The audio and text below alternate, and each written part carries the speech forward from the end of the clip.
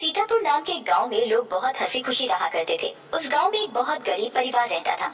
उस परिवार में मोहन, उसकी बीवी लता और उनका 8 साल का बेटा चीकू रहते थे। मोहन को पीने की बहुत बुरी आदत थी। वो सुबह शाम बस शराब पीता और जुआ खेलता रहता था। मोहन की एक छोटी सी किराने की दुकान थी। मोहन कभी भी उस दुकान को ठीक तरीके से नहीं चलाता था और जितना भी थोड़ा बहुत उस दुकान से कमाता था वो सारी कमाई शराब पीने और जुआ खेलने में उड़ा देता था। वो रोज शराब पीकर लता को मारता था और उसे घर चलाने के लिए कोई पैसे नहीं देता था। एक रात लता और चीकू भूखे बैठे थे क्योंकि घर में खाने के लिए कुछ नहीं था। वो देर तक मोहन का इंतजार करते रहे। अचानक दरवाजे पर खटखटाने की आवाज आती है। माँ, लगता है पापा आ गए। वो जरूर हमारे लिए कुछ खाने को लाए होंगे। हाँ बेटा, अब हम सब मिलकर पेट भरकर खाना खाएंगे। लता जल्दी से दरवाजा खोलती है तो देखती है कि मोहन के दोस्त मोहन को पकड़कर खड़े हैं और मोहन नशे की हालत में है। अरे भैया, इतनी रात को आप लोग? अरे भाभी जी, क्या बताएं, आज तो मोहन ने हद ही कर दी। इतनी शराब पी रखी थी कि इसे इतना भी होश नहीं था कि ये कहाँ पड़ा है। हम इसे चौराहे पर से उठा कर लाए हैं। अगर कोई गाड़ी वाला कुचल जाता तो बताओ, आप लोगों की तो जिंदगी खराब हो जाती। हाँ भाभी जी, बस आप लोगों का सोचकर हम इसे यहाँ ले आए, वरना तो इसका सबके साथ ऐसा व्यवहार है कि कोई इसकी मदद ना करे। मोहन के दोस्त मोहन को कमरे में ले जाकर लेटा देते हैं और वहाँ से चले जाते हैं। बेटा चीकू, आज हमें फिर से भूखा ही सोना पड़ेगा। मैं तेरे पापा के भरोसे तुझे और भूखा नहीं रख सकती।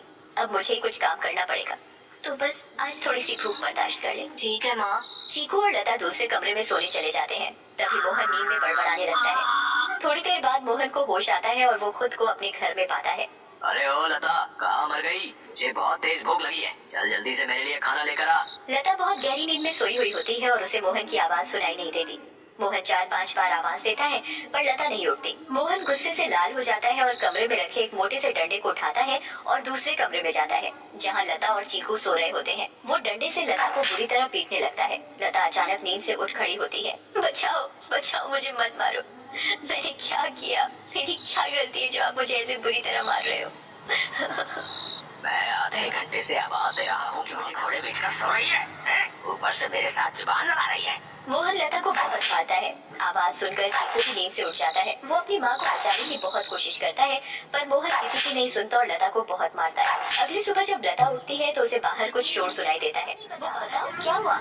यही कि चंपा के पति को कल रात एक चुड़ैल उठाकर ले गई। क्या? ये कैसी बातें कर रही हो भाभी आप? चुड़ैल वुड़ैल कुछ नहीं होता। आप भी किसी की बातों पर यकीन कर रहे हो। यकीन कैसे ना हो बहन, मैंने खुद अपनी आंखों से उस भयानक चुड़ैल को देखा है। उसके लंबे बाल, लंबे लंबे नाखून और दांत, उसकी लाल आंखें और डरावना चेहरा मैं कभी नहीं भूल सकती। जब मैं आधी रात को पानी पीने के लिए उठी तो थोड़ी ठंडक लेने के लिए खिड़की पर खड़ी हो गई थी और तभी मैंने देखा कि एक चुड़ैल चंपा के पति को हवा में उड़ा कर ले जा रही है। ऐसी बात है तो हमें संभल कर रहना होगा और शाम होते ही अपने घर के खिड़की दरवाजे बंद करने होंगे। अब बिल्कुल सही कहा लता भाभी आपने। सब अपने घर चले जाते हैं। लता भी काम ढूंढने निकल पड़ती है। वो घर घर जाकर काम मांगती है पर उसे कहीं काम नहीं मिलता। अंधेरा होने लगता है और आखिर में उसे सरपंच मिलता है। क्या हुआ लता, बड़ी परेशान दिख रही है?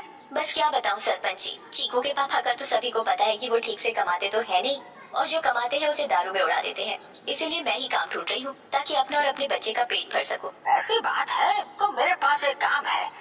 मेरी माँ बहुत बड़ी हो गई है और बिल्कुल चल फिर नहीं सकती। मैं उनकी देखभाल के लिए किसी को देख रहा था, पर अगर तुम चाहो तो तुम ये काम कर सकती हो। मैं तुम्हें महीने के 2000 रुपए दूंगा। आपका बहुत बहुत धन्यवाद। बस एक दिक्कत है कि तुम्हें देर रात तक रुकना होगा, जब तक कि वो सो नहीं जाती। मुझे मंजूर है सरपंच जी। ये लो फिर 500 रुपए। लता खुशी खुशी घर जाती है और ये बात चीकू को बताती है। दोनों बहुत खुश हो जाते हैं। तभी वहाँ मोहन आ जाता है। क्या बात है, किस बात की इतनी खुशी मनाई जा रही है? मुझे उनकी बड़ी माँ का ध्यान रखना होगा जिसके बदले वो मुझे पूरे 2000 रुपए देंगे। तो कहीं भी जाकर मर, मुझे कोई फर्क नहीं पड़ता, बस मुझे दारू पीने के लिए पैसे मिलने चाहिए। तभी मोहन को लता के हाथ में कुछ पैसे दिखते हैं। मोहन वो पैसे लता से छीन लेता है। लता बहुत रोती है और अपने पैसे मांगती है पर मोहन उसकी एक नहीं सुनता और दारू पीने चला जाता है। लता उन पैसों में से कुछ पैसे अपने पल्लू में पहले से ही बांध लेती है जिसका वो घर का राशन ले आती है। उस दिन लता और चीकू पेट भरकर खाना खाते हैं, चैन की नींद सोते हैं। दूसरी ओर चुड़ैल का आतंक शुरू हो जाता है। वो आसमान से आती है और गाँव वालों के घरों के ऊपर उड़ती रहती है। वो कभी किसी के घर के ऊपर तो कभी किसी और के घर के ऊपर अपने शिकार की तलाश में उड़ती रहती है।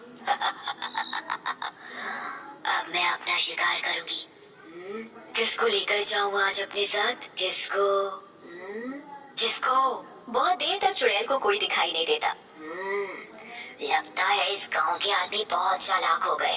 अब उन्होंने रात को निकलना ही बंद कर दिया। अगर तो मैं अपना शिकार कैसे करूंगी? किसको लेकर जाऊं अपने साथ? किसको लेकर जाऊंगी अपने साथ? तभी भोला रात को घर के बाहर आता है और रस्सी पर सूख रहे कपड़े उतार कर इकट्ठे करने लगता है।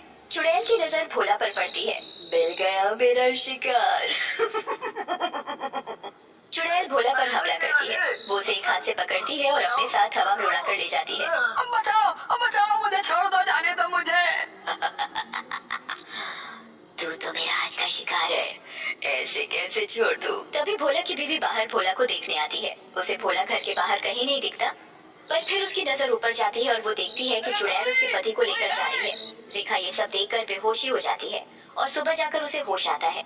होश आते ही वो अपने पति को हर तरफ ढूंढने लगती है, पर वो कहीं नहीं मिलता। वो यहाँ वहाँ पागलों की तरह भागती है और चिल्ला रही है। तभी गांव के लोग इकट्ठे हो जाते हैं। क्या हुआ रेखा भाभी? अगली सुबह जब लता उठती है तो उसे फिर से घर के बाहर कुछ लोगों का शोर सुनाई देता है। लता बाहर जाती है। क्या हुआ रजनी भाभी, आज किस बात का शोर हो रहा है? अरे लता, कल रात चुड़ैल रेखा के पति को उठाकर ले गई। रेखा का तो रो रो कर बुरा हाल है। बेचारी रेखा भाभी, पर मुझे ये समझ नहीं आ रहा कि वो चुड़ैल हर रात किसी के पति को ही क्यों उठाकर ले जाती है। सही कहा लता भाभी, हमें इस बात का जल्द से जल्द पता लगाना होगा। सभी लोग मिलकर एक तांत्रिक के पास जाते हैं और सारी बात बताते हैं।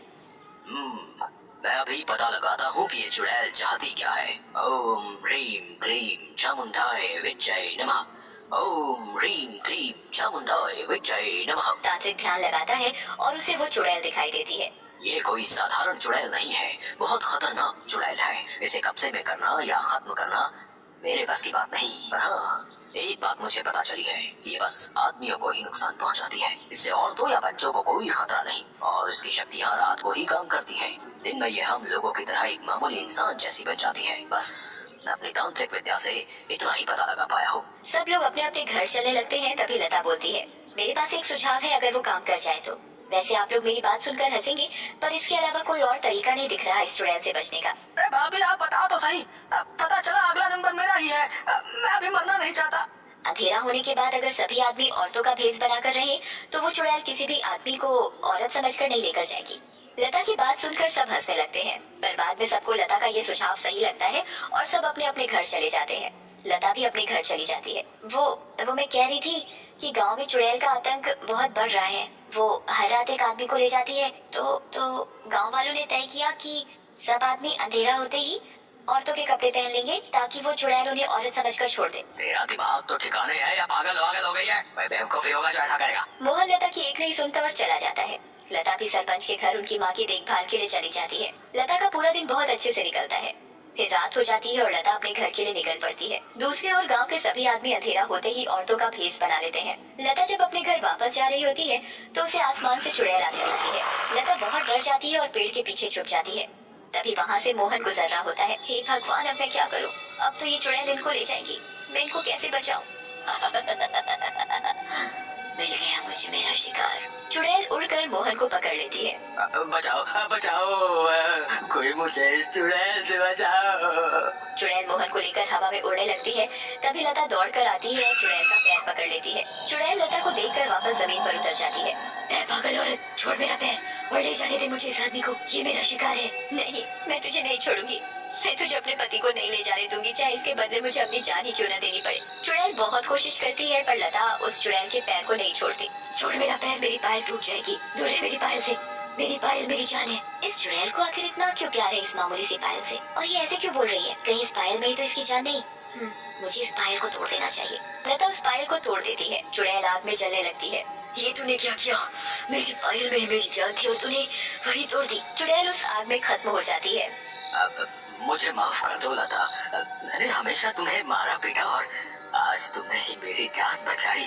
उस दिन के बाद से मोहन बदल जाता है। वो अच्छे से काम करता है और अपने परिवार का ध्यान रखता है और कभी शराब नहीं पीता। गांव वालों को भी उस चुड़ैल से हमेशा के लिए छुटकारा मिल जाता है और सब हंसी खुशी रहने लगते हैं।